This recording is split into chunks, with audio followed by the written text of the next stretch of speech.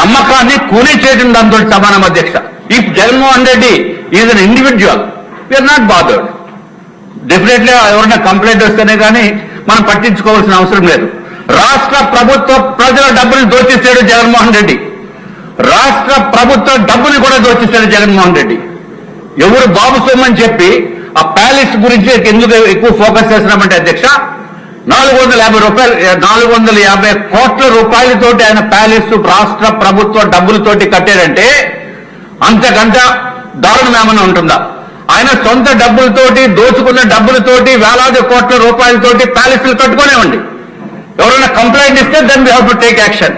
But పేపర్లు కోడై కూర్చుతూ ప్రతి paper, English paper, Eenadu, Andhrajyothy, అన్ని పేపర్లు కూడా, టైమ్స్ ఆఫ్ ఇండియా, ఇన్ని జరుగుతున్నప్పటికీ కూడా మౌనంగా ఉండటం అనేది నాట్ కరెక్ట్ అధ్యక్ష.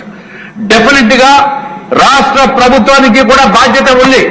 రాష్ట్ర ప్రభుత్వం దీనిపైన యాక్షన్ తీసుకోవాల్సిన అవసరం ఉంది. ఒక దర్యాప్తు సంస్థతోటి కూడా మనం తీసుకోకపోతే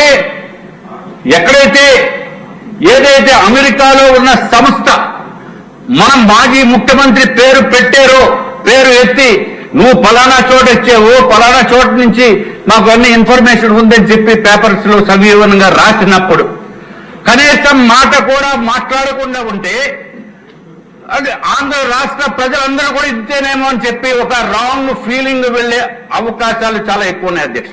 కాబట్టి అధ్యక్ష, దయచేసి దీన్ని సీరియస్ గా తీసుకుని చర్చించవలసిన అవసరం ఉండాలి.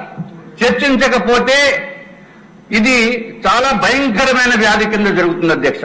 ఇదివరకు ఎప్పుడైతే ముఖ్యమంత్రి గారు we should not be silent, మనం మాట్లాడాలి అని చెప్పిన అలానే ఎయిడ్స్ అనే మహమ్మారి ఈ రాష్ట్రం నుంచే కాదు దేశం నుంచి కూడా బయటికి వెళ్ళింది అధ్యక్ష.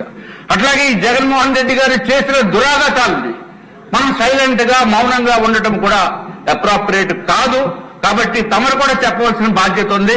మీరు సీట్లో కూర్చొని మాట్లాడకూడదని ఏమి లేదు అధ్యక్ష. పర్మిషన్ తీసుకునే హౌస్ పర్మిషన్ తప్పనిసరిగా అధ్యక్ష.